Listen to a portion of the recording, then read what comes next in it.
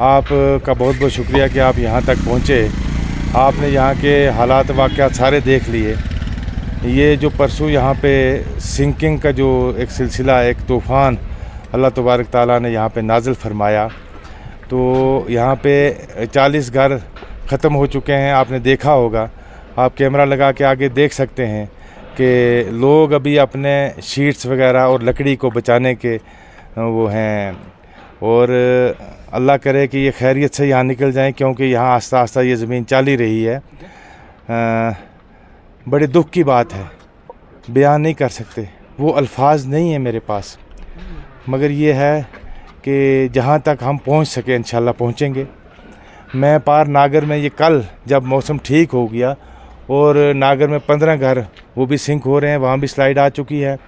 चची में एक कल ही स्लाइड आई है साफ़ मौसम में।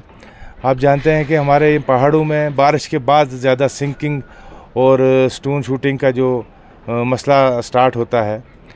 अल्लाह करम करे, बहुत ज़्यादा नुकसान है। इतना नुकसान, इसकी भरपाई करना बहुत मुश्किल है, हद से ज़्यादा मुश्किल है।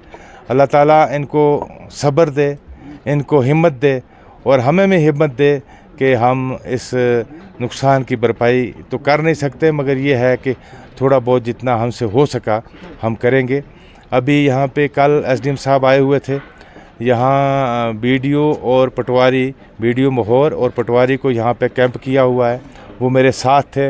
वहाँ जो कल की सिंकिंग और स्लाइडिंग का जो सिलसिला चल रहा था, वो इस वक्त वहाँ पे हैं। मैं वहाँ से होके आया हूँ, तो अभी साड़ में मैं निकल रहा हूँ। साड़ में भी 15 से 20 घर, और उसके बाद साड़ गली से उस साइड भी 5-6 घर मैंने सुना है कि वो भी सिंक हो रहे हैं। अब वहाँ जाके देखते हैं क्या होता है।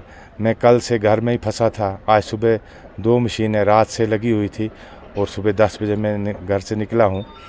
रोना आता है, अल्फाज नहीं है कि बयान कर सकें कुछ। सर, एडमिनिस्ट्रेशन के द्वारा क्या कुछ सपोर्ट इन लोगों को मिल रही है राशन को लेकर? खाली हाथ चल रहे हैं हमारे एसडीएम साहब दरमाड़ी मोहर, और डीसी साहिबा बैठी हैं। मुझे अफसोस ये है कि उनको अगर बारिश में वो अपने ऑफिस से निकल के छाता ले के 2 बातें कही होती तो मुझे इतना अफसोस नहीं होता।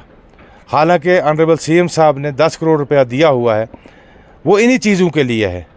और कल जो पुराने यहाँ फटे पुराने टेंट और मटर्स थे, वो यहाँ पे ला के डैम्प किया गया। अभी तक वो सामान अभी साड़ में वो डिस्ट्रीब्यूट किया है। रात देर वहाँ पे उन्होंने सामान भेजा है मोहर में। मुझे लगता नहीं है कि वो इतना सफिशेंट सामान है, और ना वो इधर चल पाएगा। इनको डिस्ट्रिक्ट एडमिनिस्ट्रेशन को देखना चाहिए, इनको जाग कब आएगी। दूसरे नंबर जो साड़ में और जो पीछे नुकसान हुआ है, वो due to grief SGI company एक है, उसने यहाँ पे गदर मचा के रखा हुआ है। मैं चाहूँगा कि एसबीआई इंक्वायरी इस एसजीआई कंपनी और ग्रिफ के ख़िलाफ़ होनी चाहिए। मेरी कॉन्स्टिट्यूंसी 2 हिस्सों में इस वक्त डिवाइड हो चुकी है। बदौरा का ब्रिज 2 महीने से डिसमेंटल हो चुका है, डैमेज हो चुका है, और वो आजकल हालांकि 10 बार मैंने ओसी को और इनको कंपनी वाले को फ़ोन करके इनको बोला कि भाई, और कल हमारा एक इतना दोस्त, अपना एक हरदिल अजीज़ आदमी, जिसको जम्मू से समझो कांधे पे उठा के हमने लाड़ में बलमत कोट में पहुंचाया, और इनसे रोड नहीं खुल सकी, इनसे ब्रिज नहीं बन सका। जो साड़ में जो हुआ है, मैं आपसे गुजारिश करूंगा कि आप आएंगे हमारे साथ, और वो जो साड़ के 20 मकान और उस साइड 5-8 मकान जो डैमेज हो रहे हैं, वो ड्यू टू ग्रिफ है, और कोई उसको ऐसा कुछ नहीं है। 4 किलोमीटर वहाँ से भी स्लोप करके रखा है, 4 किलोमीटर जमलान से आगे स्लोप करके उसको रखा हुआ है, और मखसूस उसी पॉइंट पे लेके रखा हुआ है।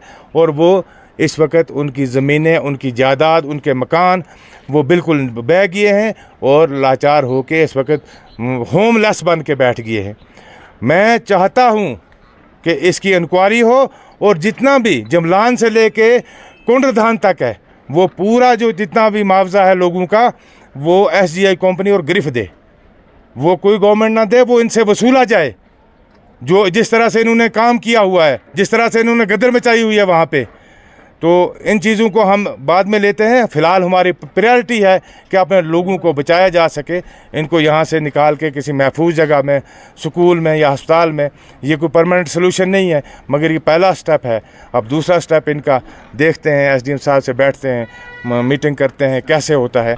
हाँ, ऑनरेबल सीएम साहब से भी डिस्कस कर लेते हैं।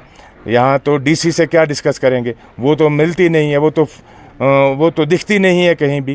तो 10 डीसी हैं जम्मू प्रोविंस में, 9 के 9 आपने भी देखा होगा छाते लेके मशीनों के पास खड़े हैं जहाँ रोड बंद है, कि जहाँ कोई ज़ख्मी है उसको उठा रहे हैं, कहीं अस्पताल में पहुँच रहे हैं। मगर हमारी मोहतरमा डीसी मैडम दफ्तर से बाहर अभी तक नहीं निकली है। शुक्रिया आपका।